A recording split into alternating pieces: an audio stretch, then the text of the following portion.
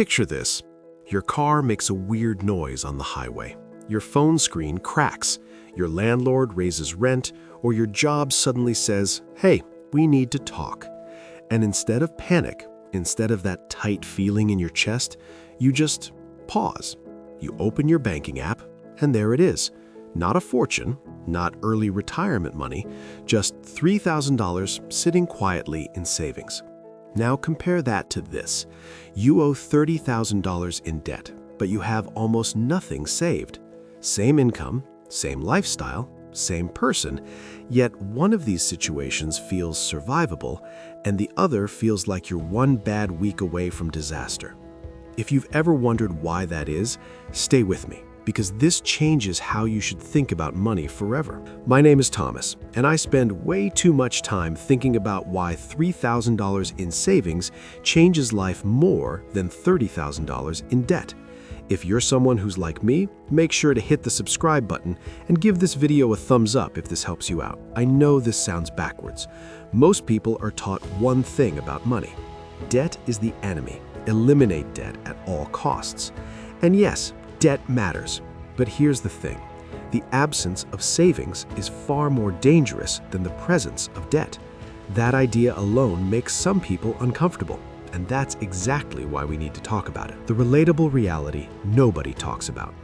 Let's be honest for a second.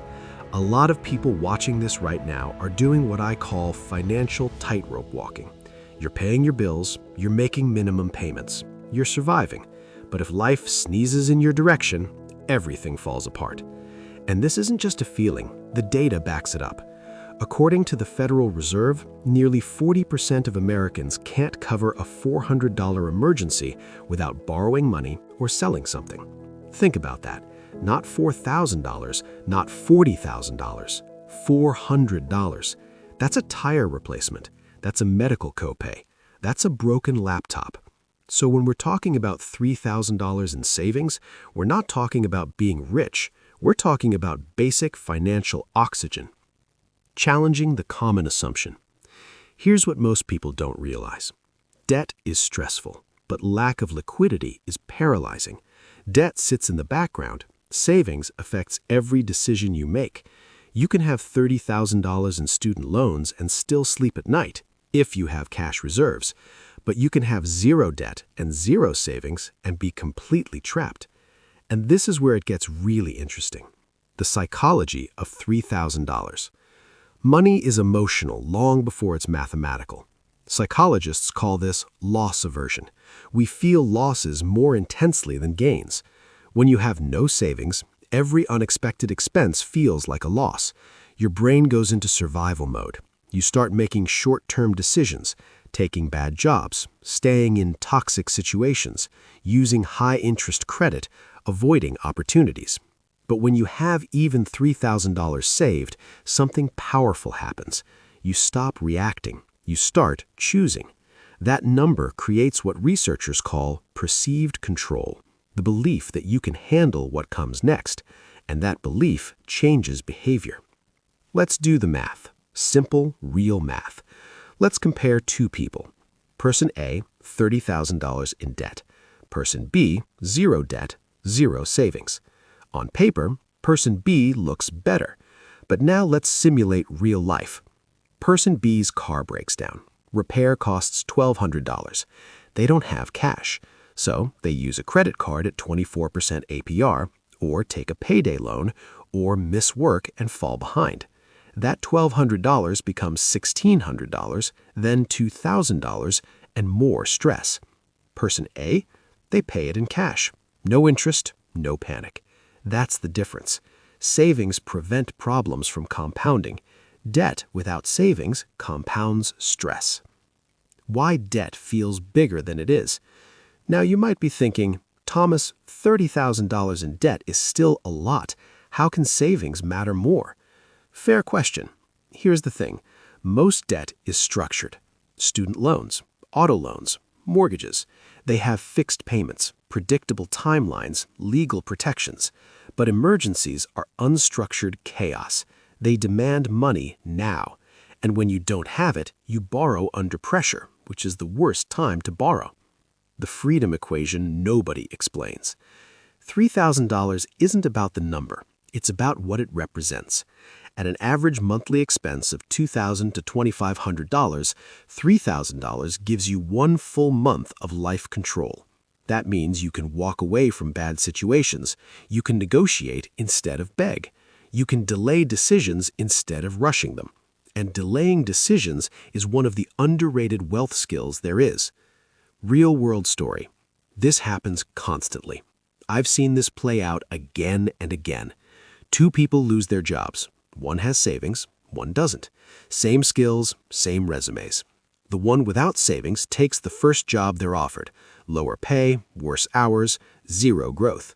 The one with savings takes time, applies strategically, and ends up better off long term. Savings don't just protect you, they upgrade your future options. Why people obsess about debt instead? Debt is visible. Savings are boring. You can feel debt. You don't feel protection until you need it. And our culture glorifies debt payoff stories, big, dramatic before and after moments. But savings are quiet.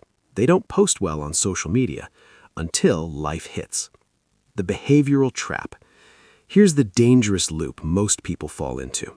They hate debt. They throw every extra dollar at debt. They ignore savings. An emergency happens, they go right back into debt. That's not progress, that's financial treadmill running. You feel busy, but you're not moving forward. What $3,000 actually does to your brain? Studies in behavioral economics show that having even a small financial buffer reduces anxiety, decision fatigue, and impulsive spending. Why? Because your brain stops scanning for threats. And when stress drops, discipline rises. This is why people with savings often spend less, not more. Actionable steps you can apply immediately. Step 1. Separate the money. Your emergency fund should not live in your checking account. Out of sight reduces temptation. Step 2. Automate small wins. Even $25 a week is $1,300 a year. Momentum beats intensity. Step 3. Pause aggressive debt paydown temporarily. If you have zero savings, shift focus. Build $1,000 first, then $3,000, then resume debt attack. Step 5. Define emergency. Not vacations, not gifts, only life disruptions. Step 6. Protect the fund. This money is not extra, it's armor. This is where it gets really interesting. Once you hit $3,000, your relationship with money changes. You stop asking, how do I survive this? And start asking, how do I optimize this? That's the mental shift that separates people who stay stuck from people who build wealth. Why this matters long term. Wealth isn't built by one big move. It's built by not being constantly knocked backward. Savings absorb shocks. Debt amplifies them. And the goal isn't perfection, it's resilience. Look, I'm not saying ignore debt. I'm saying don't sacrifice your safety for speed. $3,000 won't make you rich, but it will make you stable. And stability is the foundation of every financial success story you've ever admired. If this video changed how you think about money, subscribe for more practical, honest financial education, and drop a comment telling me where you're at on your savings journey. I'll see you in the next one.